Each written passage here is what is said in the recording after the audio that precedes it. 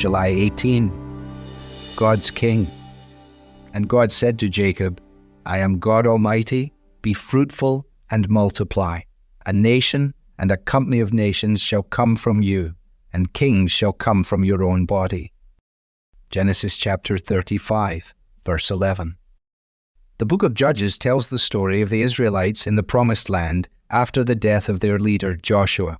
It's a depressing story because the people very quickly rebelled, beginning a cycle that repeats itself throughout the book. First, the people sinned. Second, God allowed them to be defeated and oppressed. Third, they cried for help.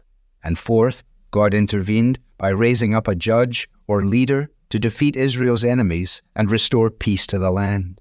But peace never lasted for long before the sequence was repeated.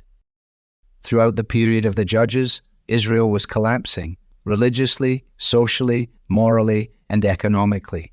In response, the people started to think that life would be a lot better if only a king were appointed, as God had declared to Jacob one would be. Yet, seeking to be like the nations around them, they rejected God's kingship, the very thing that made them unique. They wanted a monarchy instead of a theocracy. And, rather than looking for a king who would govern under God and lead them in obedience to his rule, they were looking for a king who would rule instead of him.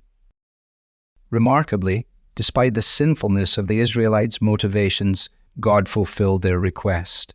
Many kings of Israel followed, but never the king they truly needed. There was still someone greater to come.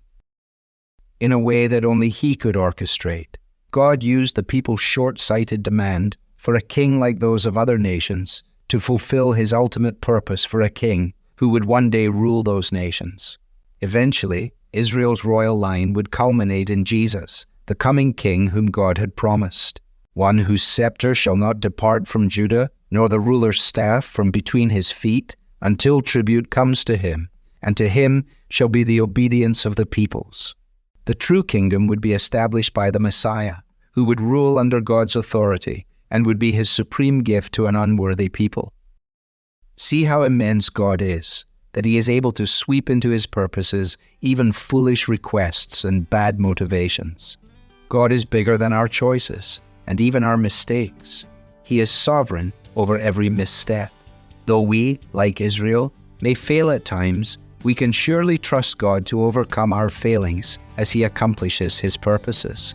And we can gladly obey his king in our lives today, rather than seeking to serve anyone or anything in his stead. Devotional material is taken from the Truth for Life Daily Devotional, copyright Alistair Begg. It's published by the Good Book Company. This reading was digitally created by Truth for Life and is used with permission. For more clear, relevant Bible teaching, visit truthforlife.org.